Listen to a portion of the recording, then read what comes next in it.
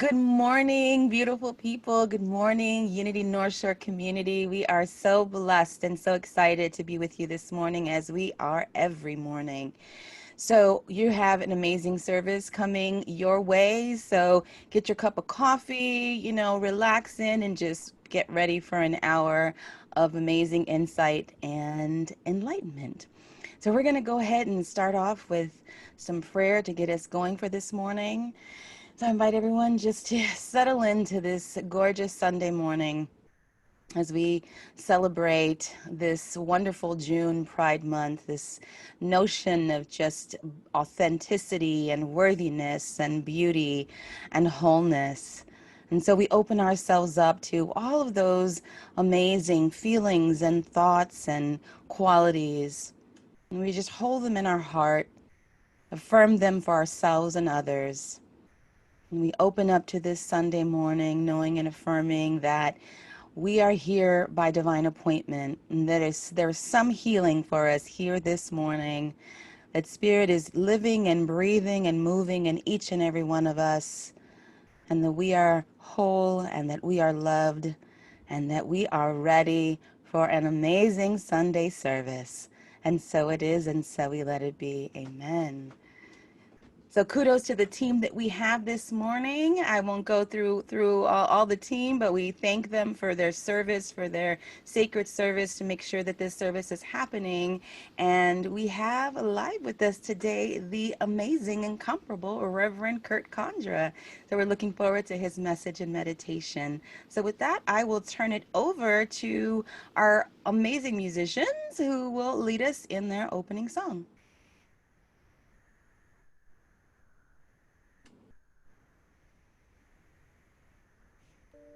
Good morning, everybody. Good to be with you again from sunny Florida, and it's probably sunny where you are too.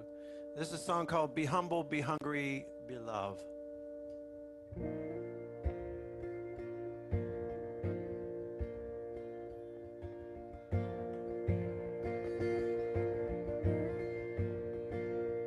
There's a calling from the future, an echo of an ancient past. To all the peaceful warriors, to hear this call at last. To keep your head up and lift your heart to the sky. We're standing on the edge of the darkest day from which we can't retreat.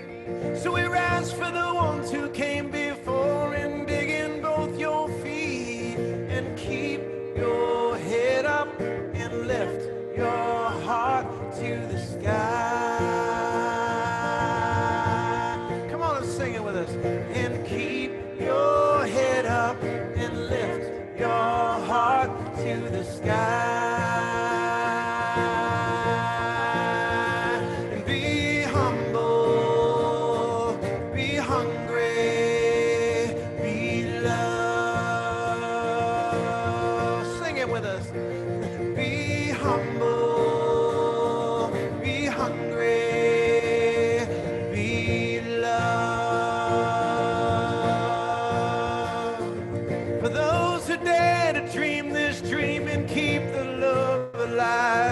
Don't let anyone tell you can't change the world with your smile. And keep your head up and lift your heart to the sky. Come on and sing it. And keep your head up and lift your heart to the sky.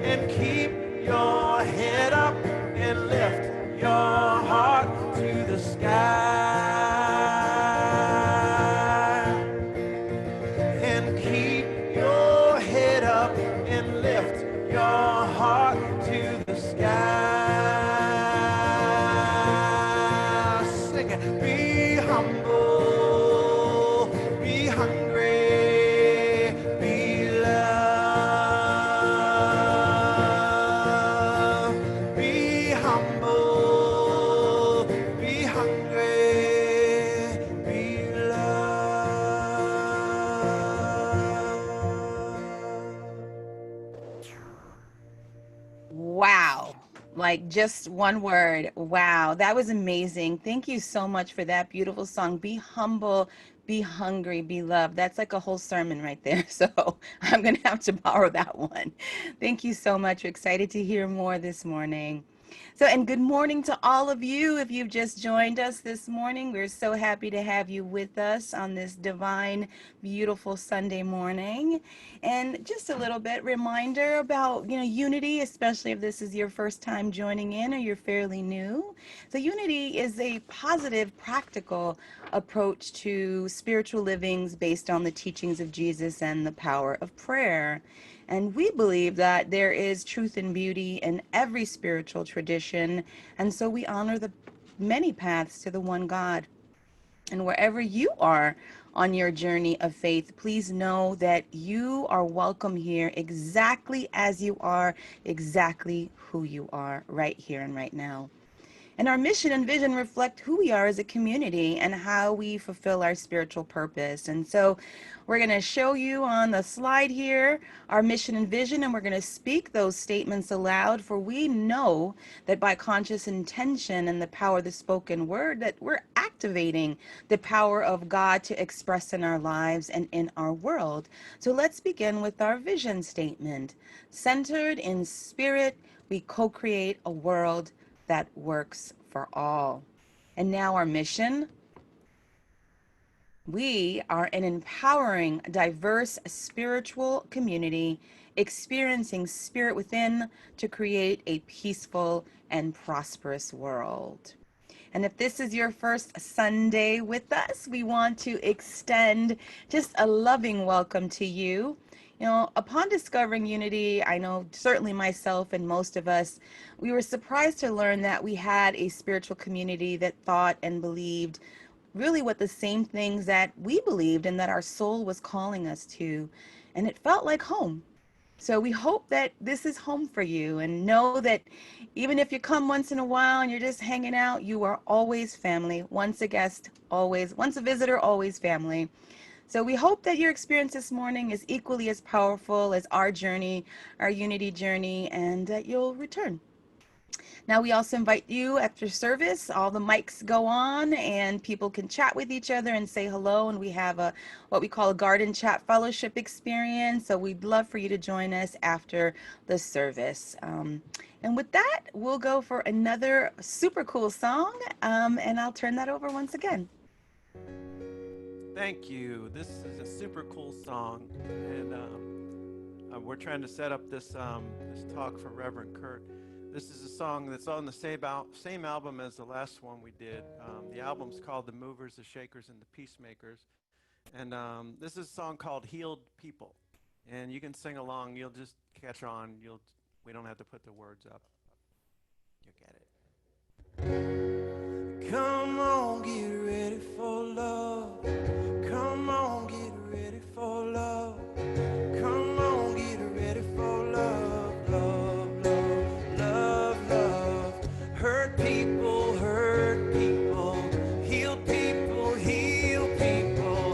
Hurt people, heal people, heal people. Hurt people, heal people, heal people. Hurt people, heal people, heal people. Can't turn down the darkness, can you? But you can turn up your light inside. You can't hurt away the hurt, or hate away the hate, but we can heal the divide. Come on, get ready for love. Come on, get ready for love. Come on, get ready for love, love, love, love, love. Hurt people, heal people, heal people. Hurt people, heal people, heal people. Come on and sing it with us. Put your hands together with us. Show them how that works. Hurt people, heal people, heal people. Hurt people, heal people, heal people. Hurt people, heal people, heal people. How many generations pass this on? How long have we felt this pain? hearts gotta ache before we decide to break this chain. Come on, get ready for love. Come on, get ready for love. Come on, get ready for love, love, love, love, love. Hurt people, heal people, heal people. Hurt people, heal people, heal people. Hurt people, help people, help people. Help people, heal people, heal people, heal people. Hurt people, blessed people, bless people. Blessed people, heal people, heal people, heal people. Hurt people, love people, love people. Love people, heal people, heal people, heal people. I could see it in the old man's eyes. I could see it in the young girl's smile. I could see it coming through the pain. It's coming right at us like a hurricane, yeah. Come on, get ready for love. Come on, get ready for love. Come on, get ready for love, love, love, love, love. Hurt people, heal people, heal people. Hurt people, heal people, heal people. Hurt people, heal people, heal people. How many generations passed this on? How long have we felt this pain? How many more hearts gotta ache before we decide to break this chain?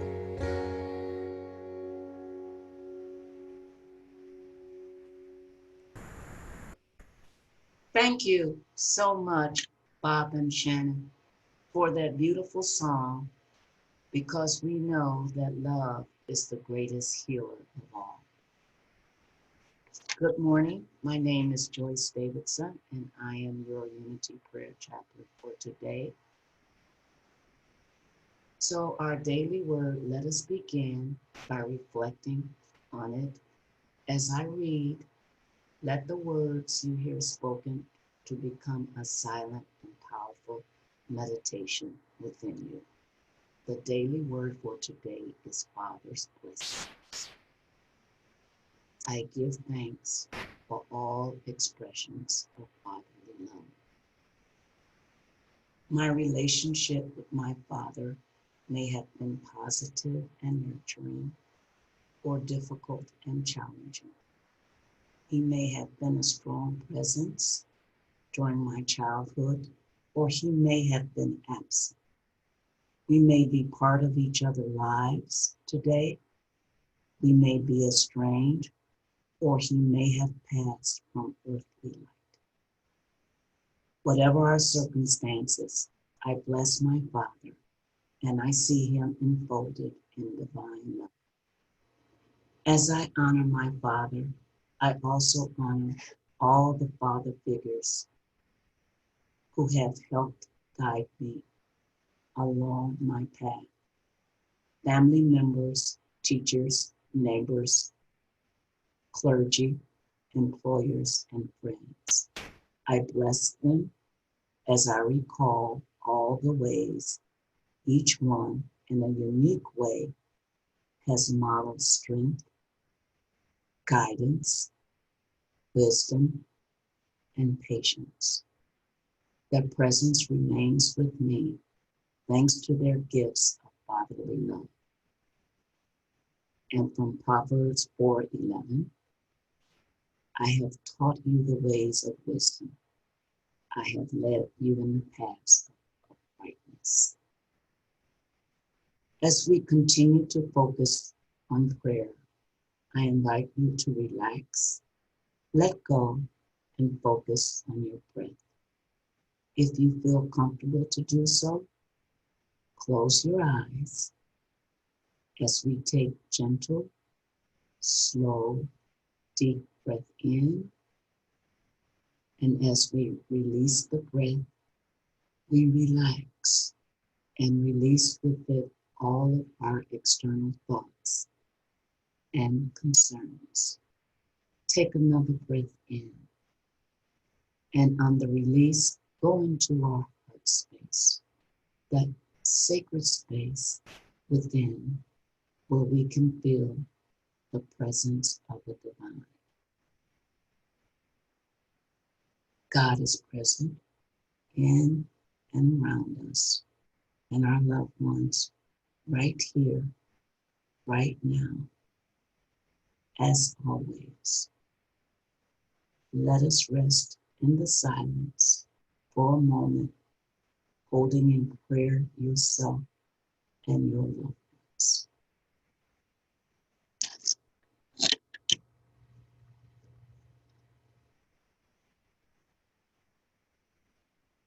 Dear Holy Father, please continue to guide and lead us with your wisdom and love through these troubling times. We know that you walk beside us each day, and sometimes you need to carry us so that we can make it through that moment. We pray for all the men who cannot be with their loved ones today.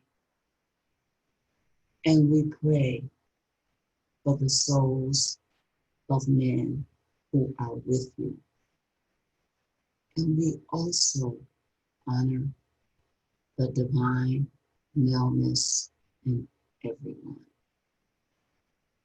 Heavenly Father, we pray that through your grace and mercy, we continue to show love for all mankind, for we are all brothers and sisters under your name.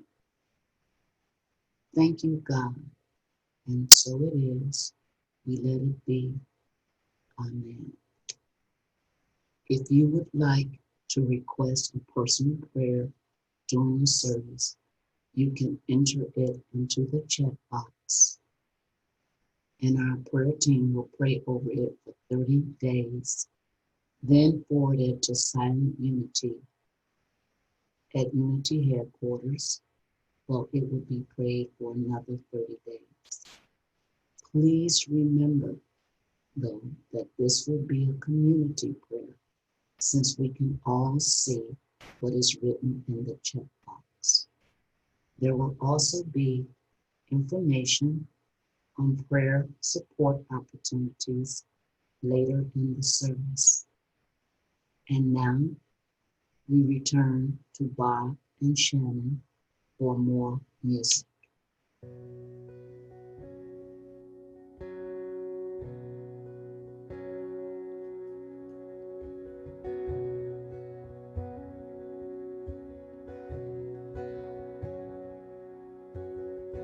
If you wanna go fast, then go alone. If you wanna go far, you better bring somebody else along.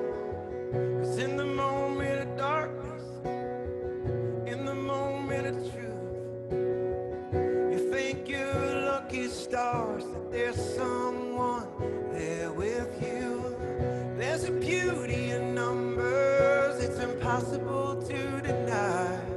It takes two hands to applaud and a pair of wings to reach the sky. Where there was one, there will be many. Where there was nothing, there will be plenty. When me turns to we like the roots from the tree, it pushes everything up from underneath. Well, together we rise, together we thrive. We believe in circles, 'cause circles take no sides. Together we win, when everyone is in, when every little hand and every little heart touches every little piece and every little part now.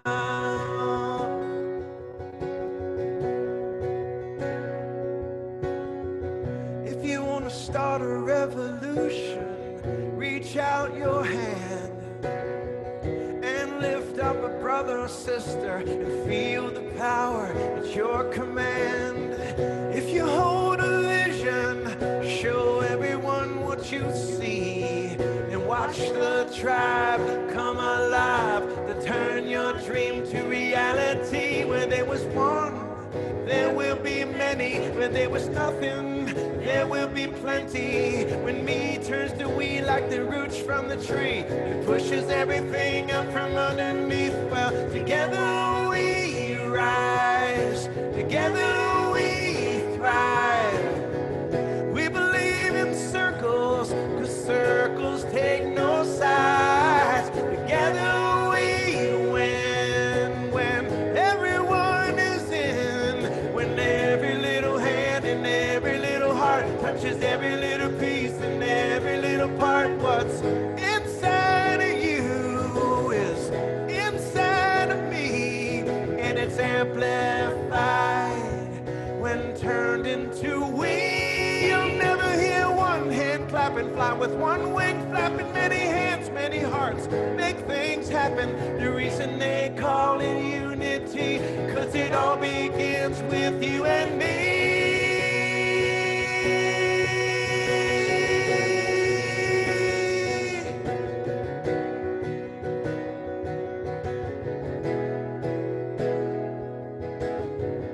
If you wanna go fast, then go alone.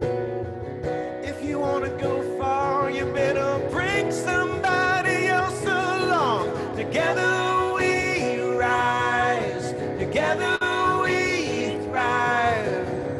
We believe in circles, 'cause circles take no sides. Together we win, when everyone is in, when every little hand and every little heart touches every little piece and every little part now. Together we rise, together we thrive. We believe in circles, 'cause circles take no sides. Together we rise, together we thrive. We believe in circles, 'cause circles take no sides.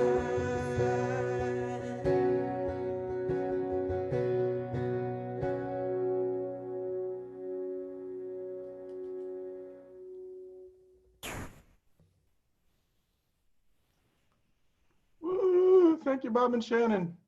Somebody sent me a thing this week about how to do virtual, and since we can't hear clapping, they're like, this is more dramatic. So I'm all over the jazz hands thing now. Thank you so much for being with us, and thank you. That, man, you got my mind rolling about ways in which I can sort of be a greater presence in that circle to know oneness, and ways in which, actually, which is kind of leads me into my talk, ways in which behaviors and actions that I've done in the past inhibited that, right? Which takes me back to your first song, that in our desire to be a healing presence, that it actually requires that we ourselves heal the places where we might have fallen short of being truly inclusive, truly radically inclusive, and also being willing to continue to sort of fumble through it. It's an interesting time to be alive. Man, so that kind of tells you where my head is. I've just jumped all over, and that's kind of what this talk is going to be like. When I came up with the title of Radical, or when Christine and I were working on the series, and Radical Inclusivity was the topic for today, it was really sort of inspired by Unity on the North Shore. You know, one of our core values is diversity. That's a piece of our identity. It's a piece of our community that I think most of us are very proud of. And our sort of clarification, or our iteration of what that means, what diversity means as a core value, is that we're honoring the sacredness in oneness. We're honoring the really the divine of knowing that we are one, regardless of what our differences. And as I've been thinking about how that supports this idea of radical inclusivity, I see that, you know, there's more for us to do, right? Which is true of all spiritual growth. We can always be better. We can always find another level of healing. to show forth. But particularly at this time in history, with all that's going on in our world, I think there's a new sense of not only urgency, but also possibility. And I'm going to quote from one of my blogs earlier this week, because I'm going to sort of recontext it here. I'd written that 3 months into the toxic soup of an epidemic that's unmasked the deadliest, most corrosive sins of our nation, many of us glimpse the possibility for transformation, but we are flailing in the quest. And I guess if I'm feeling completely transparent, I mean, I imagine that there may be some others who are feeling like that, but it's really about I'm flailing in that quest, you know? I want to be supportive. I so much want to be a part of the transformation to a more equitable and just and inclusive community and society and world. And I haven't quite known how to go about that. And so over the last couple of weeks, I've just been immersing myself in all of the material that I can find that would speak to that, would sort of help me chart a course through, okay, what's mine to do? What's mine to heal in this place? And so this morning, I think what I'd like to do is share some insights that I've gleaned from some of those resources, and also to maybe encourage us all to dig a little bit more deeply into, all right, where are the places in our own hearts where there's either a blind spot that we're not seeing, how racism or homophobia or misogyny or any of the isms are shaping our perception of the world.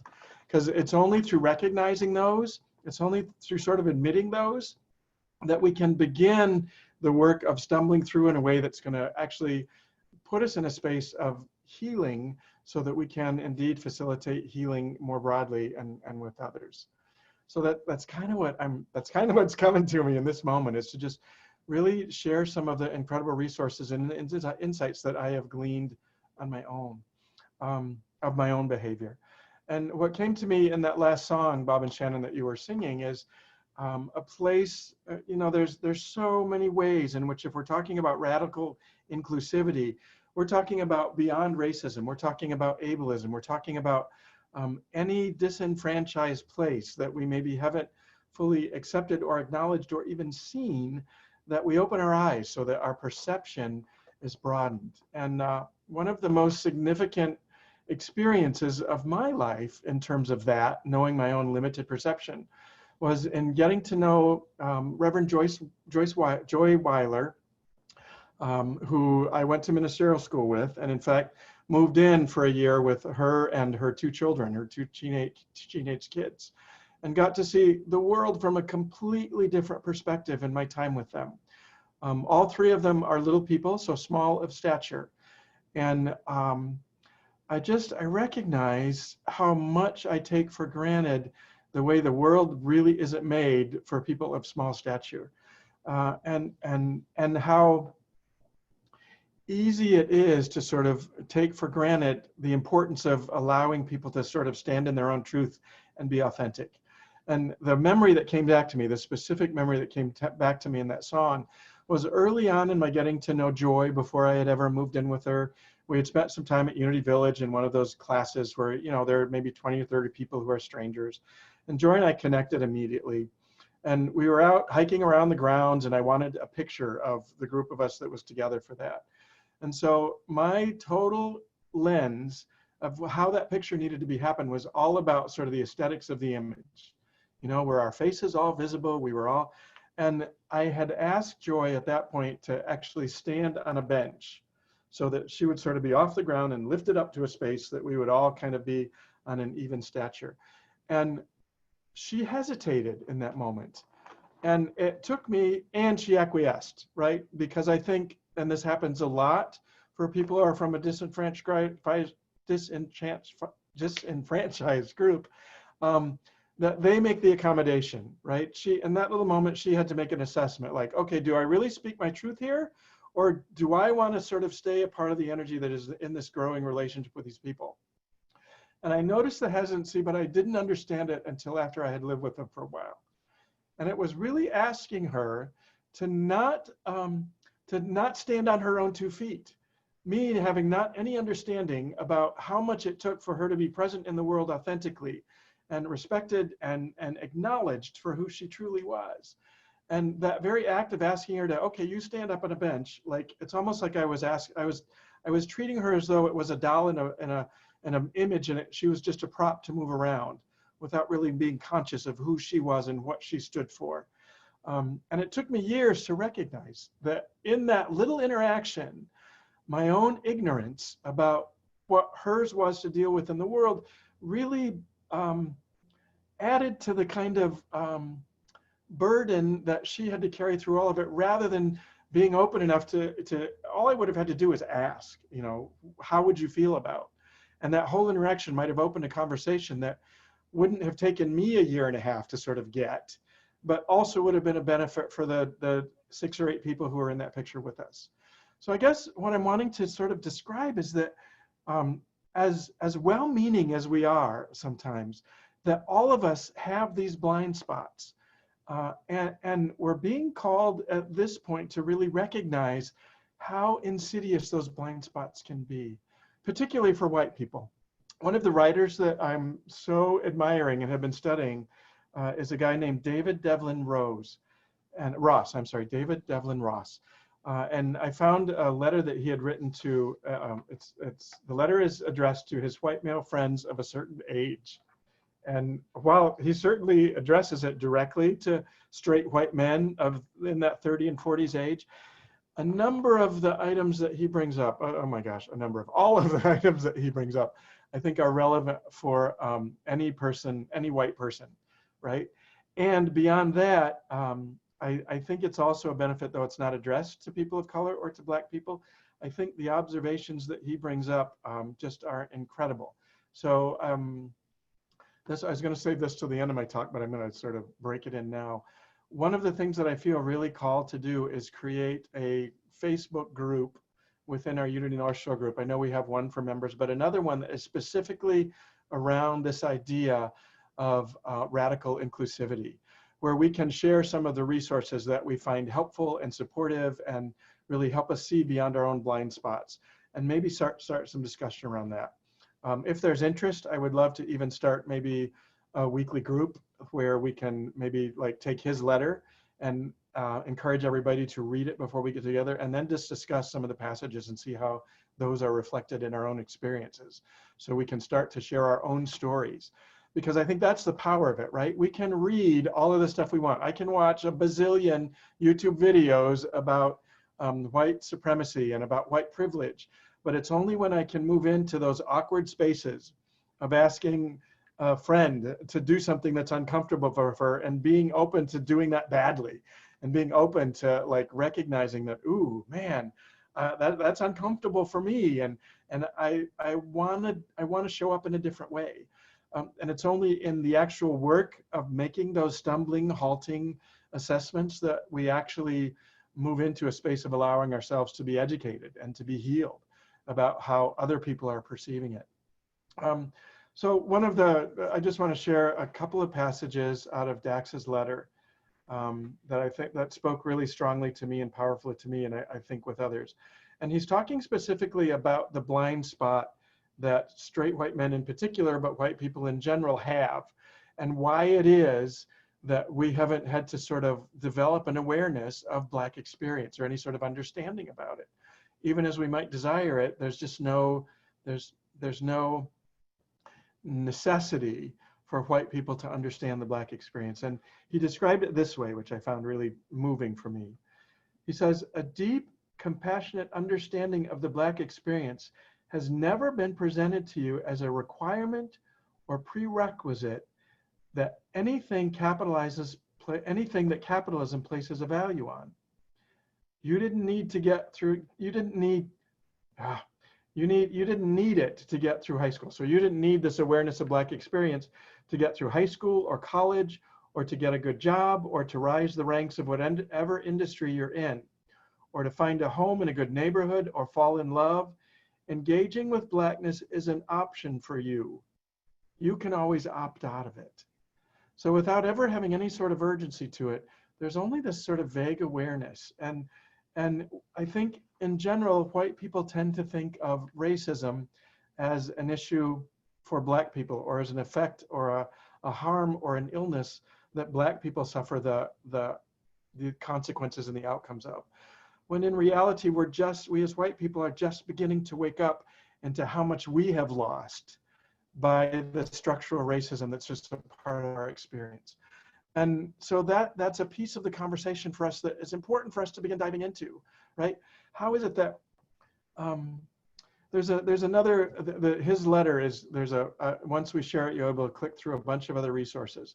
But one of them is about sort of how white supremacy has sort of filtered down into organizational structures. And as I began to think about how unity of the North Shore might fit on this scale, it's sort of a checkbox.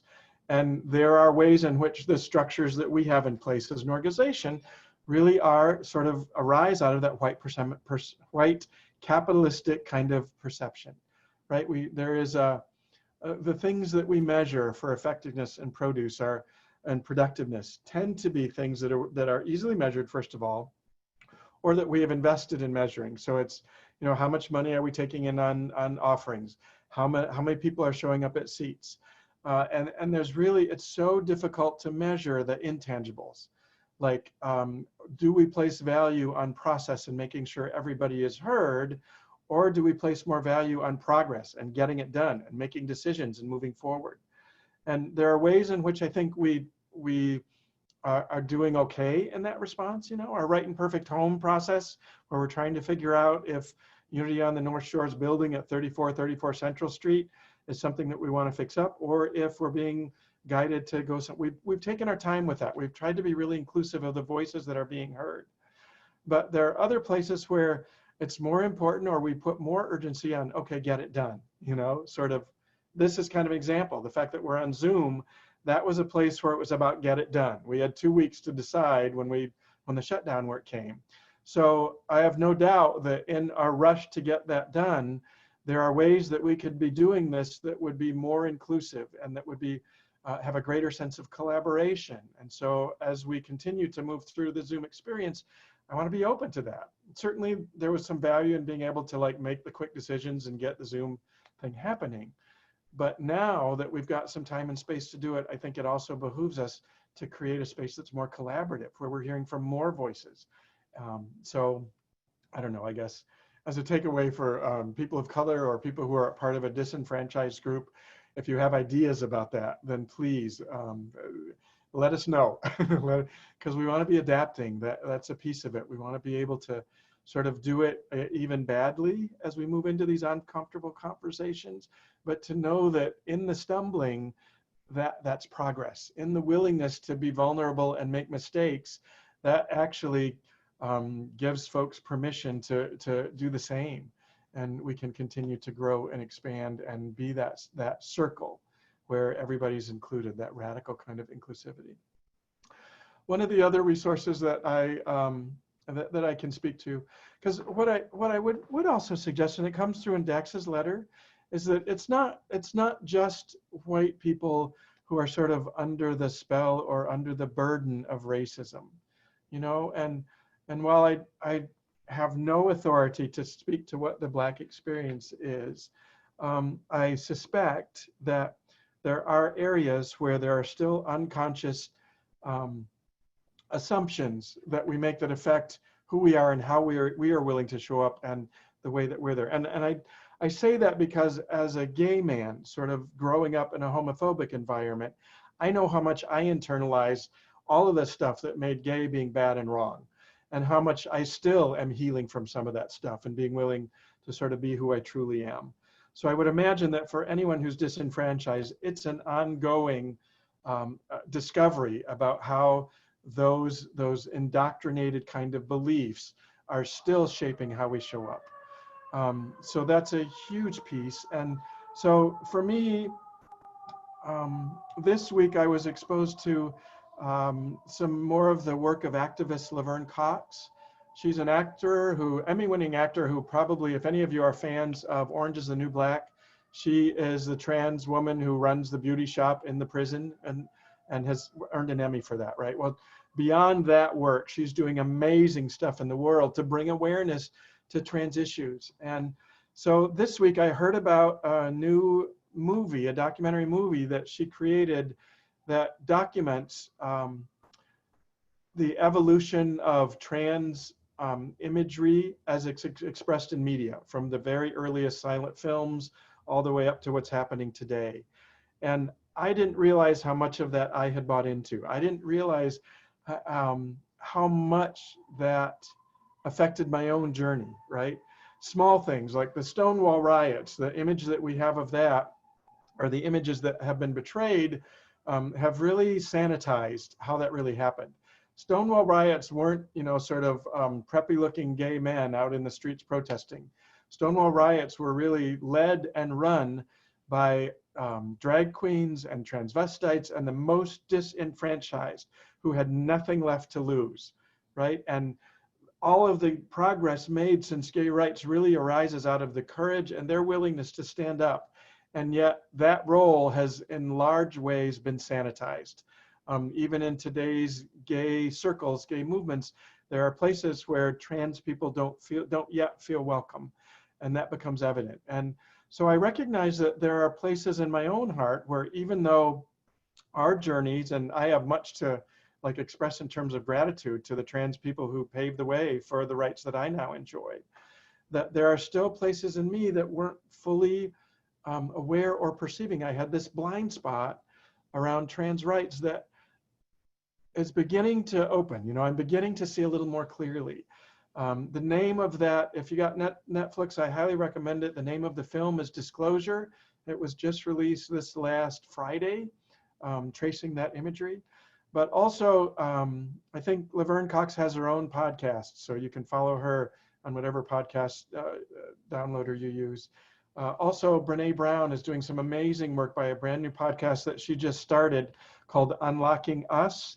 That's been a huge source for new information for me. And she interviewed Laverne Cox, who was able to, that's how I found out about the Netflix series. So what I would invite us into, I guess, is just a willingness to, one, be educated about the ways in which bias has been ingrained in us, all of us, and just be willing to be educated. And two, to be able to step forward in courageous ways, even if they're awkward, and especially if they're uncomfortable, to begin to show up in new ways. And then I haven't talked to our social media maven yet, Jasmine, or not Jasmine, well, Jasmine can probably help with this, but Sarah Shaban. But I hope within this next week or so to have that Radical Inclusivity Facebook group up and running, and to begin posting some of this great material that I'm discovering and inviting others to sort of post that too. And then we'll take the best of it, or what resonates most, and maybe see about doing some deeper dives into that through other Facebook meetings or some other stuff. So that's my sermon. It's more a sort of a recap of what I've been up to the last couple of weeks. But I feel really strongly that because Unity on the North Shore especially values diversity, one of our core values, that there are ways that we're being called to step into it at a higher level of consciousness. I really feel like most of us who are on this path at this point are past the awareness that racism is a thing. That's still a question for some segments in society.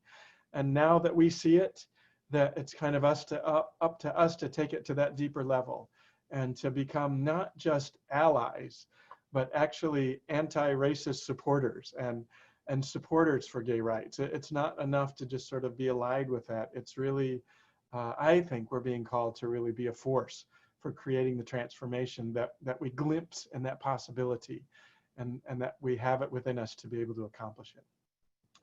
So with that, I guess it's time to move into a time of meditation. I have no clue where this meditation is going to take us, but Bob and Shannon, if you would maybe provide some background music just to move us into a space of openness, and we'll let Spirit lead us about how our meditative experience can actually support us in becoming a force for good in the world.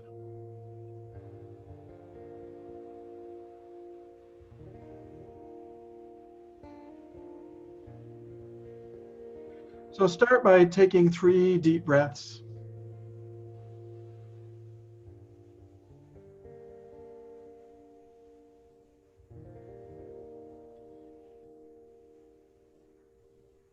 And if you can, I would invite you to just identify a single story that maybe was formative in your understanding of race. Black, white, brown, whatever, however it is that you identify. Just a single memory, a single interaction.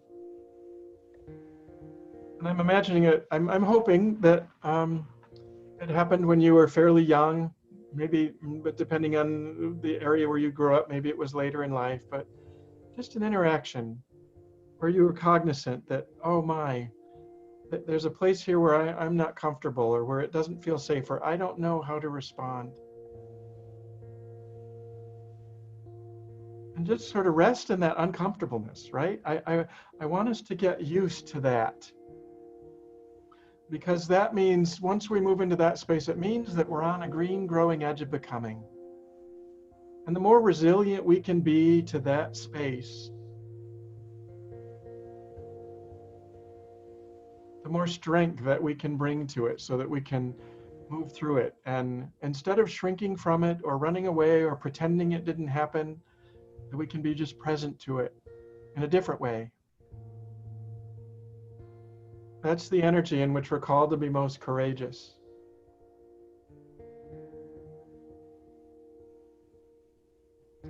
So now as you sort of maybe, if that memory is still vivid for you, I would like you to just open your heart and mind and just ask Spirit, how might I show up differently? What is mine to say here?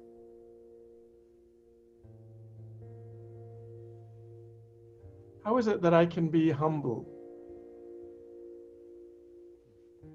How is it that I can heal through this? And just see if there isn't some response from the divine, some bit of wisdom that you can bring forth in future interactions when you move into that space of being uncomfortable or being in doubt or not knowing what to say or being afraid of doing it wrong. There's a piece of wisdom here that might emerge that will give you the courage and the fortitude to move forward bravely and to, in some small way, know that you're a part of a transformation into creating a more equitable, a more loving, a more just, a more beautiful world.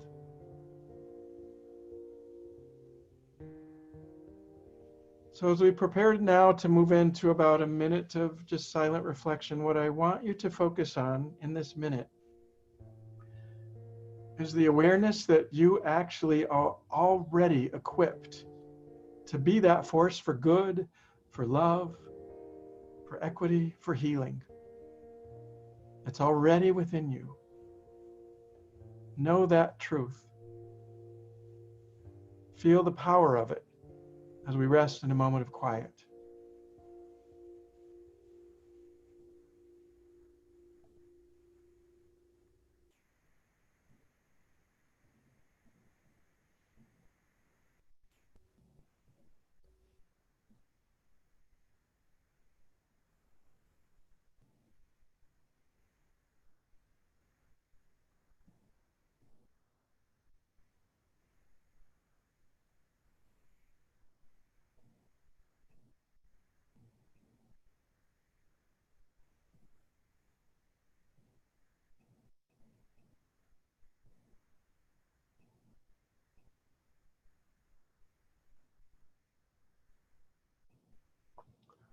And now as we gently bring our attention back to the sounds and the sights around us, we give thanks. Thanks for the awareness that we do have the power to bring forth the kingdom of heaven on earth. Thanks for the courage to move into those uncomfortable spaces bravely and to know that our efforts are part of a greater healing. And thanks for the vision and the strength to truly know the power of radical inclusivity, that there is no one and nothing outside this circle as we begin our transformative desires and intentions to it. So it is, and so we let it be. Amen.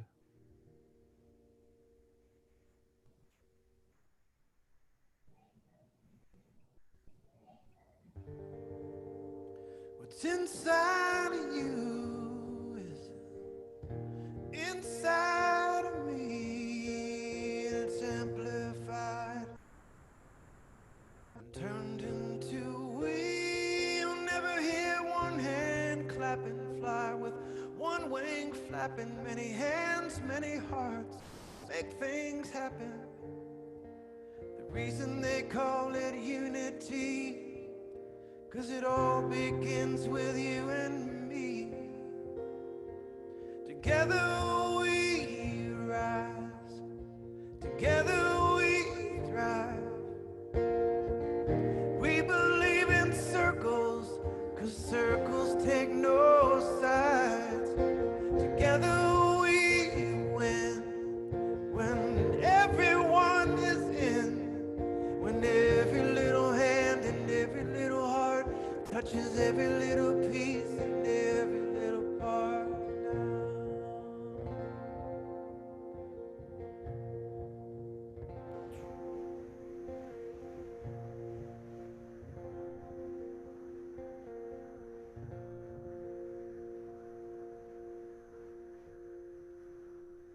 Thank you so much. What beautiful music.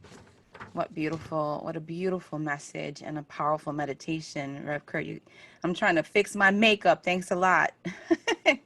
As I'm sitting here crying with that meditation, it's beautiful.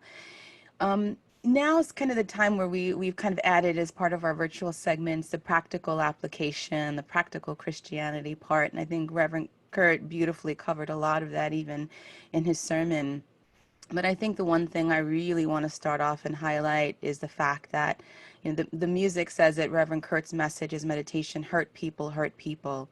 And so, and healed people, heal people. And so we in Unity know that it really starts with us. And for me, this journey and this moment of time with all that has happened in our world has really called me to have to deal with places in my heart and my soul that are not healed. Even in that meditation, remembering moments that hurt me, that I don't want to remember, that I don't want to have to think about.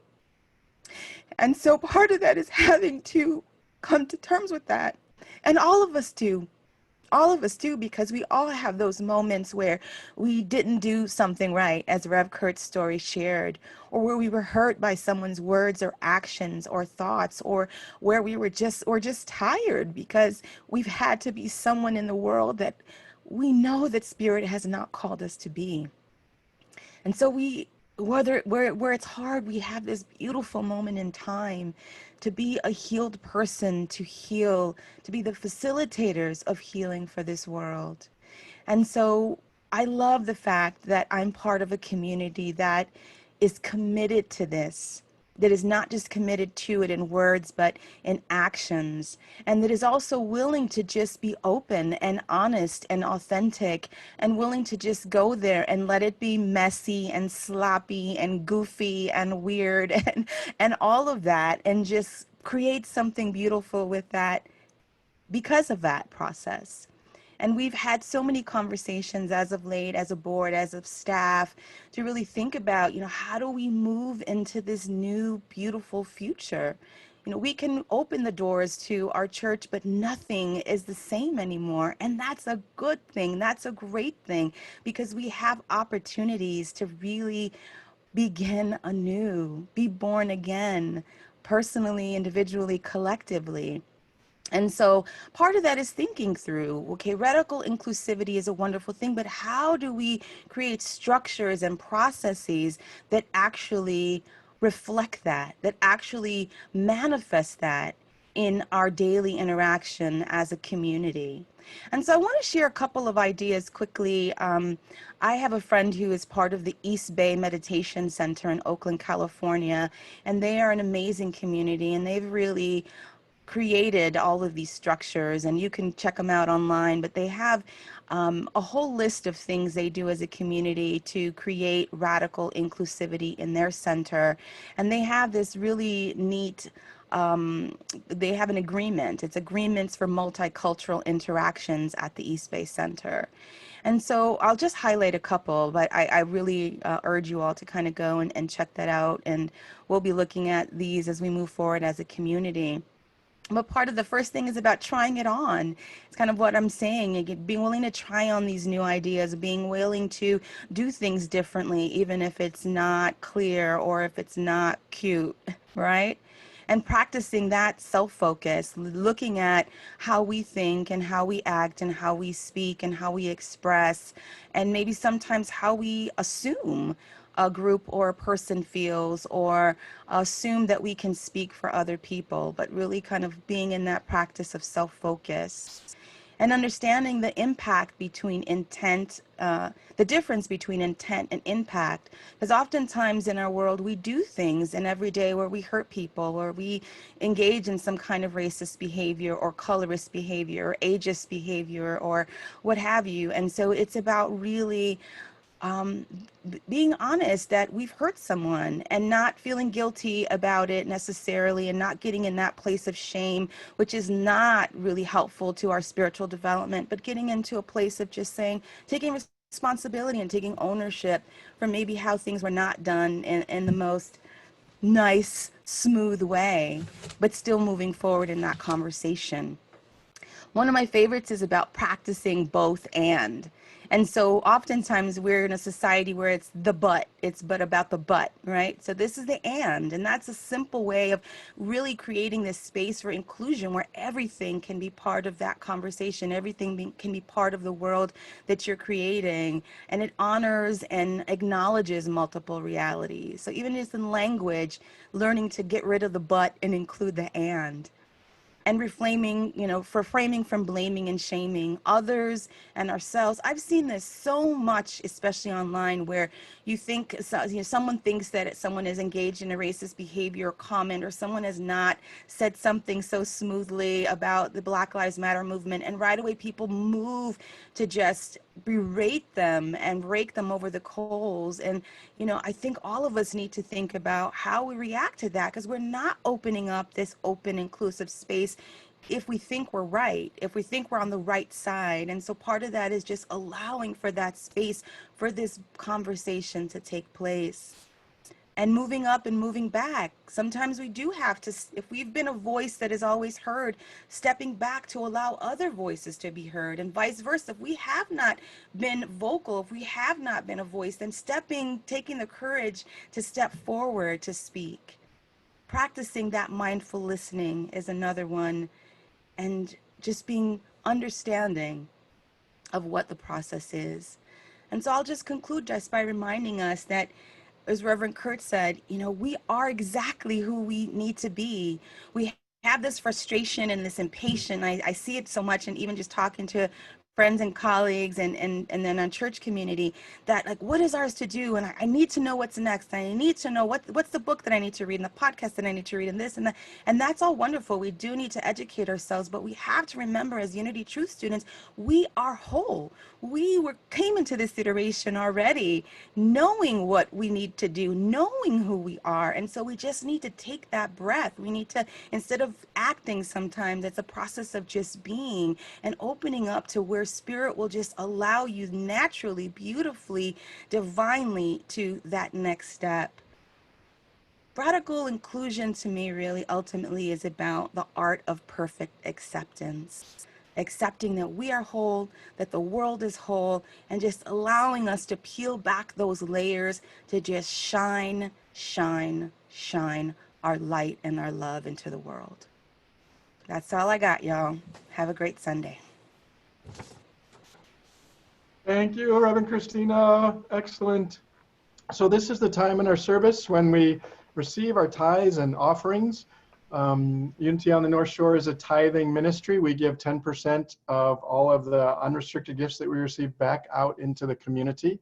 I'm going to talk a little bit about those tithes while the slides go up, indicating that you can tithe either by text or on the website. There are a couple of ways. But I want you to know what we've been doing with our tithes as a ministry, because we just distributed tithes for the last couple of months this last week. We support Unity Worldwide Ministries, which is our world headquarters. We also sent some money to the Juneteenth parade. The producers of that parade, it was the first time that happened in Evanston, so we were supporting that. We also sent a generous gift to Forrest E. Powell Foundation in Hecky Powell's memory. That foundation, you probably are aware, creates opportunities for young people, either in trades, who want to go into the trades, or who are sort of at risk.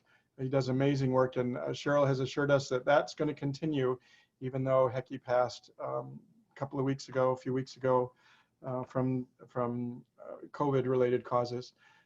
We also are tithing to the musicians that are helping out with our Spanish-speaking prayer ministry that's happening, which, by the way, is this Friday. It's every second and fourth Friday, so Reverend Christina leads that. And we tithe to a minister or a tech expert who has helped us out with figuring out what kind of equipment we need as we move forward. So we're giving back to those sources that are helping us to move forward and fulfill our mission. And I invite you to do the same. In Unity, what we understand is that it's by giving that we open the channels for divine abundance to sort of express in our lives. So if you would, please, if you're not giving right now, if you're not doing something on Texter, or if you're sending a check-in later, then what I'd like you to do is just imagine that that gift is sort of in your hand, and just enfold that with a beautiful energy of expansiveness, a beautiful energy of good coming into fuller expression. And then speak together with me our offertory blessing. Together, divine love as me blesses and multiplies all that I am, all that I have, all that I give, and all that I receive. All right, so we have one last song. Again, my name is Bob Simon. This is Shannon Plummer, and we're called Where the Light Gets In. I think someone's put a website link. It's wherethelightgetsin.us if you want to check out. All these songs are original songs. And it's been an honor to be with you. Thank you, Reverend Kurt, for having us back for the second time in less than a month, I think. We're going to do one last song here. It's a song about radical inclusivity, and it's a song called Longer Table.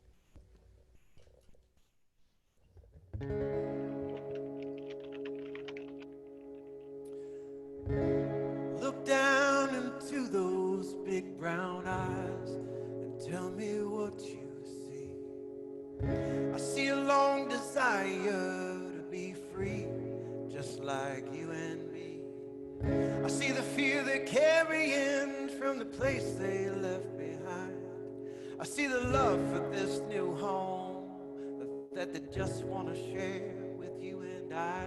So who are we if we can't be compassionate and welcoming? And how could we put a barrier between anyone and their dreams?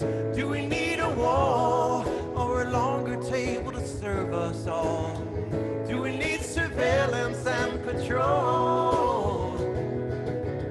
Do we need a wall or a longer table to serve us all? Do we need welcome mats all over the map and open arms that won't send them back? Yeah. Do we send them back?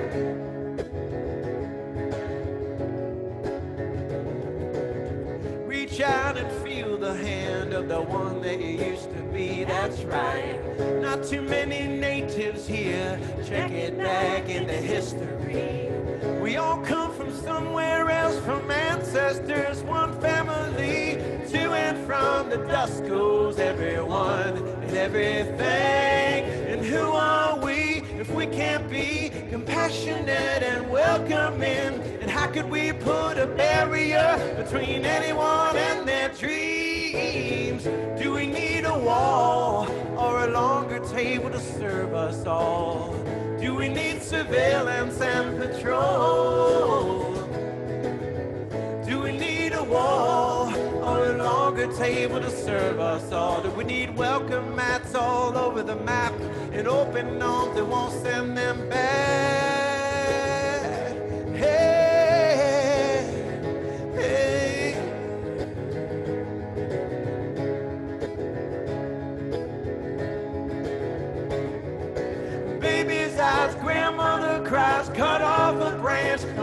tree dies, a trail of tears, 1,000 years. Will we ever learn the lesson here? We can build an army, build a wall, separate, segregate, isolate us all. If any one of us is suffering, is anyone really free?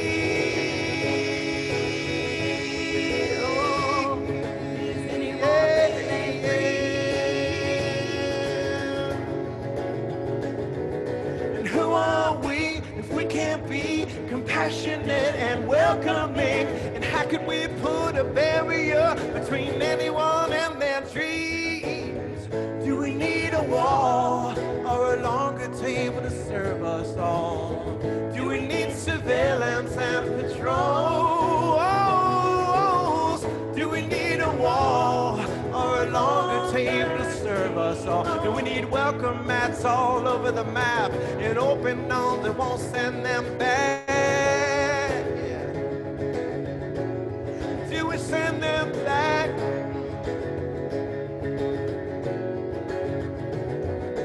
Baby's eyes, grandmother cries, cut off the branch, the whole tree dies, a trail of tears, 1,000 years. Will we ever learn the lesson here?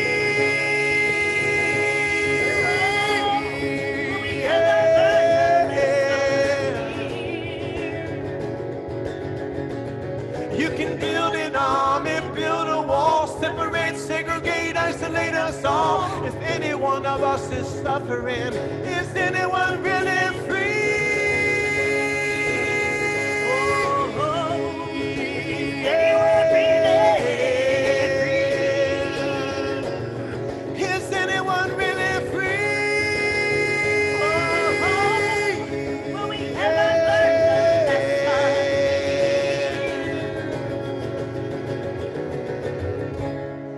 Look down into those big brown eyes and tell me what you see.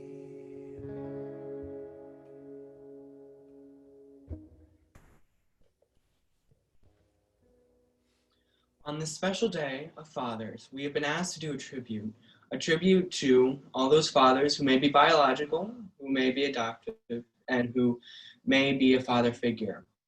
We want to thank you for your resilience. We want to thank you for being that rock in our lives. We want to thank you for your support and pushing us to be our best selves.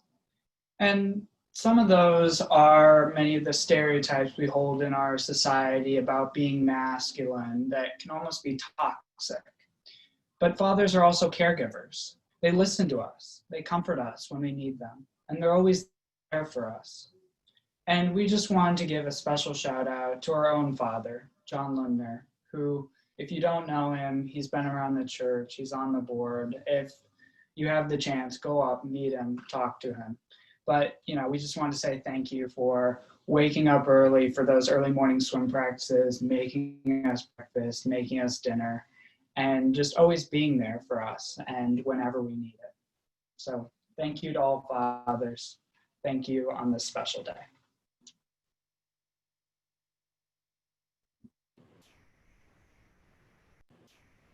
Oh, that's so sweet. Thank you for that beautiful tribute, and happy Father's Day to John Lindner and all the fathers and mothers that acted as fathers in their lifetime.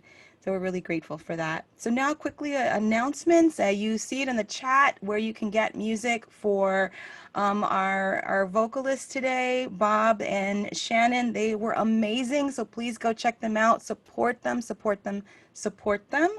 And we also have an update about a meditation class that's coming. So there you go. There's their website. Check them out. Support them. And we have a meditation class coming up. So I'll let Kurt give a little shout out about that.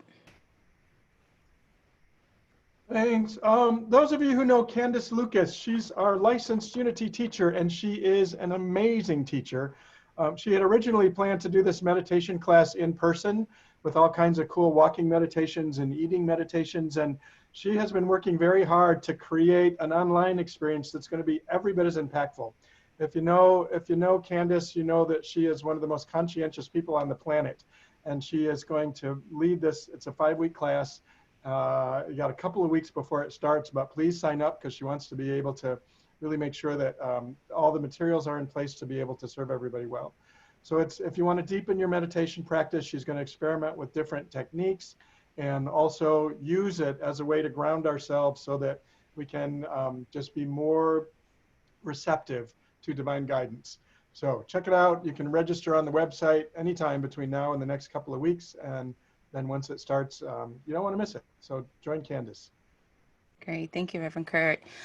Also want to just give folks a reminder and update about the matching grant fundraiser that we have going on. For those of you who may not know, we received a grant to be able to do our live stream services, to be able to have the resources to purchase equipment and things like that. However, it is a matching grant, which means that we need to raise just as much as we're given. So we were given $5,000. We're in the process of trying to raise another $5,000 minimally, because that really will just cover the basic equipment to be able to continue these live stream services, and services when we are live again in a church.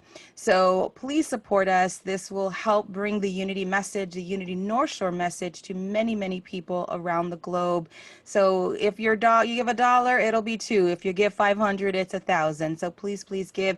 I believe we're over halfway there, so we still have a ways to go. So please let your friends and neighbors and your dentist and everybody know, so that we can continue to grow this fund to be able to do what we need to do in the world. And then one last thing in regards to this, we're looking for folks that can help with the new technology era. So whether it's a video editor, video producer, website person, marketing. So if you are that gifted person, or if you know someone, your relative, your friend, please, please send them our way. We would love as much energy as we can to be able to support us in this work that we're doing on the web, on social media, etc. So we're just putting that out there into the world, knowing and affirming that it is on its way.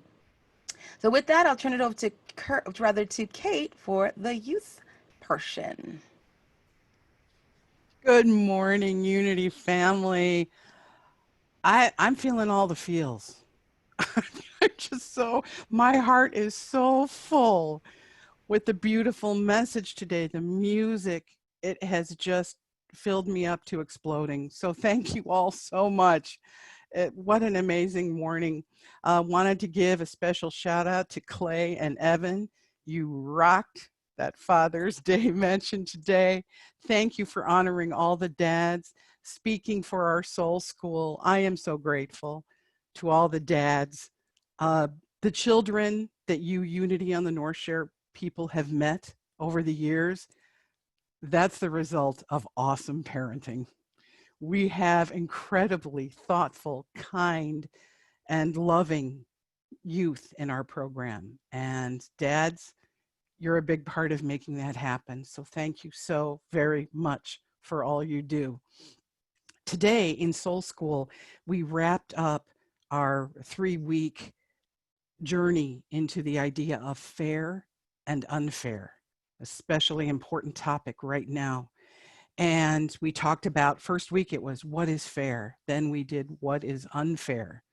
And today we talked about the importance of fairness. And as God does, God brought all the messages together today. And in Bob and Shannon's music, they talked about together we rise, together we thrive. It's not enough for us to just allow people to be. We have to come together to make sure that we all thrive. And so that's what we were talking about today, is how we recognize when things are unfair and the action steps that we can take to move forward into fairness. So it was such a blessing to be able to talk on a deep level with our youth in these past 3 weeks about this very important topic. And believe me, they are already the change that we want to see in the world.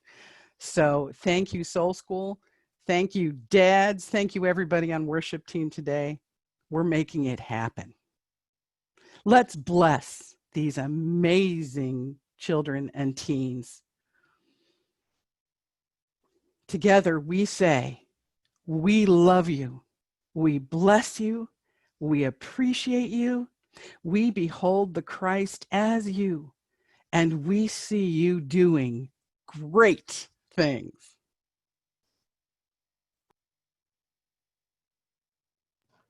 Thanks, everybody, for joining us. Great to have you with us. Next week, we have another incredible musician. His name is John Stringer. Google him. He just did a video release this week on Black Lives Matter that is powerful, and we'll be talking with him about that, I'm sure. So next week, send out the link, invite friends. It'll be another great service. And that's it. That's it. Bob and Shannon, if you could take us out with Peace Song, and then Joyce will close us with the prayer of protection. Go for it. All right, we're going to do an original song. Sorry, Yay. you caught us a little off guard.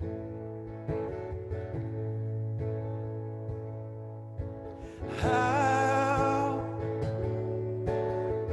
can I say anything but thank you?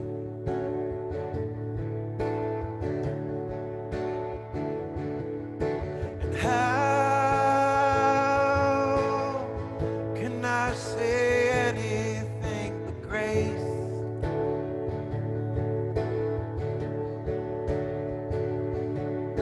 'Cause everything in front of me is heaven, everywhere in every place. Every pleasure, every pain, every joy, and every heartache. Come on and sing it with us. How can I say anything but thank you? And how can I say anything but thank you? How can I say anything but grace? And how anything but grace? And I say grace. And I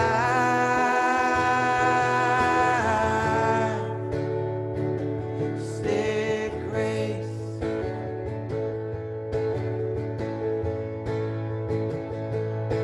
And I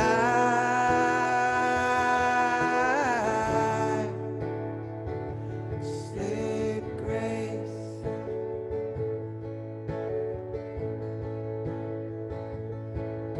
'Cause everything in front of me is heaven, everywhere in every place.